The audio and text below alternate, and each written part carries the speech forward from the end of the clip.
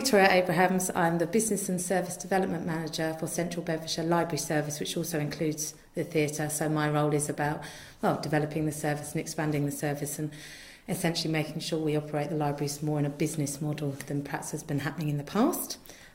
Leighton Buzzard Library sits underneath Leighton Buzzard Library Theatre. In fact, we changed the name of the theatre to show that partnership that we now have. So that's where we are here today. Townsend approached the theatre, I think originally about 18 months, if not 2 years ago. And because we'd had kind of a change in how the theatre worked and this partnership that we now have with the library service, it seemed new and it seemed exciting. What they were requesting was to form a partnership with the theatre, to see the theatre as a base, to kind of make themselves a resident company here. Then we worked with them for United We Stand, and United We Stand, they kind of launched in Leighton Buzzard. It was the first show that they did here before they then went and toured it around the country. That was an exciting time. It was the first time that this piece of theatre had actually been shown here. So I saw it as a great opportunity to build on those early relationships about forming a partnership with someone and kind of learning from them as well. We've got an excellent programmer that really puts together a solid programme, and I saw Townsend as being part of that programme and key to that programme and helping us really diversify our audience. I think it's fair to say that up until now we had an audience that for live theatre predominantly came to see their friends in shows, the amateur dramatic audience, and the film goers generally came because they knew we did film. We certainly weren't expanding our audience. Townsend's work just spoke to me. I'd seen their reputation, I'd heard about their reputation, and I thought that they could show that we could start to do something different in Leighton Buzzard, and I wanted to put Leighton Buzzard Library Theatre on the map to make this a kind of cultural hub.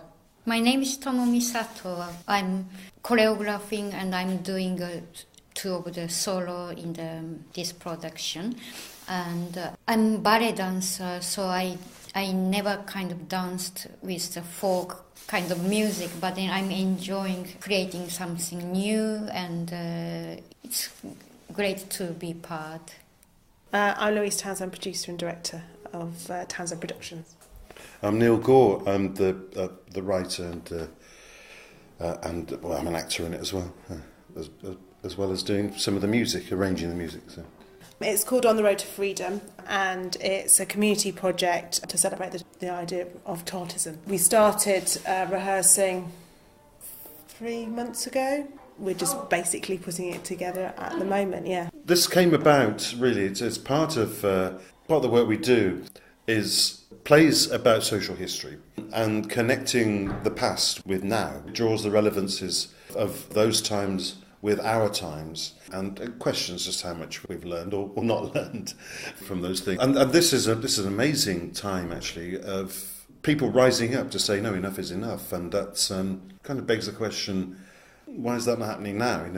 Circumstances are in lots of ways quite similar. And I mean, obviously then with large industries, large groups of people together in factories in a very miserable conditions, very low wages.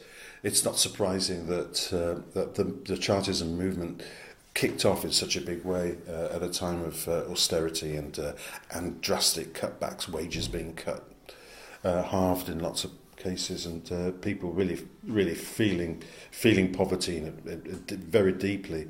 Perhaps these days we're not feeling that so much. Perhaps a greater sense of contentment around the nation. But I think if it continues, who knows? We might get a resurgence of feeling that might bring about a movement such as the Chartists. Who knows? It's about saying to participants and audiences.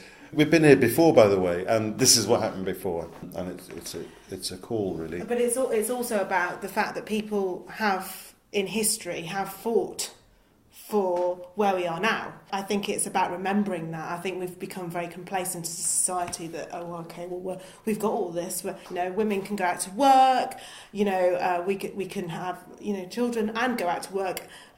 That actually people have fought for what we have now, and we wouldn't have the vote. Yeah, we wouldn't have the vote, and it was the beginning. It wasn't quite universal sufferance. It was talked about having universal sufferance at the time, but the Chartists thought, well, one thing at a time. So they got the vote for men only at that time. That was one of the aims of the movement, and eventually that was gained. In fact, 5 of the 6 aims of the Charter were gained. The only thing they didn't get was annual parliaments, which actually still wouldn't be a bad thing, would it? Let's face it.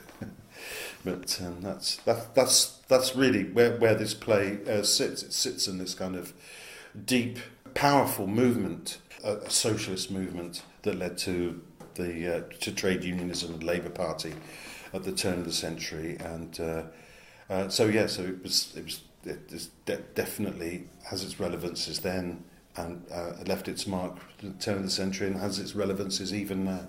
With the idea of doing a community project, my idea was using this Chartist project and the hymns was to take it around the country and for those theatres, you know, that are struggling with audiences and things, that they do a community project based on Chartism and bring the people together. So it becomes like a whole tour around the country, and that's what I'd like to do eventually with it.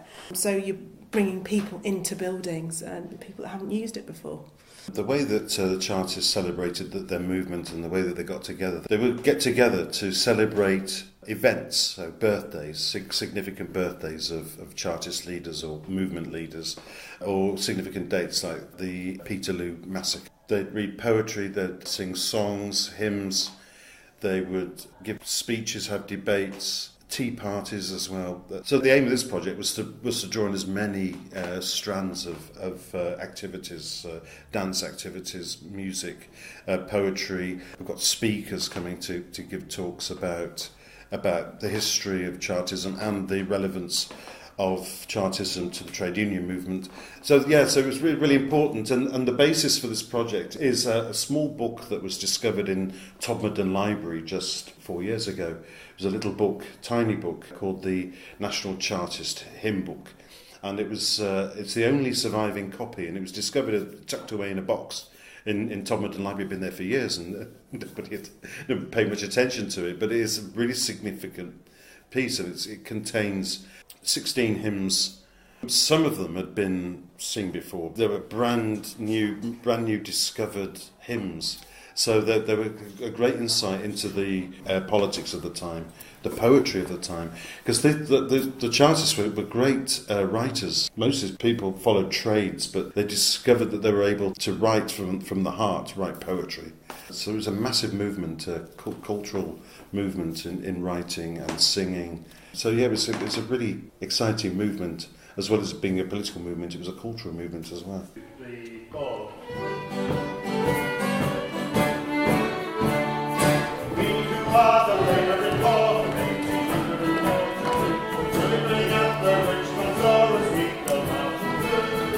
Time to have the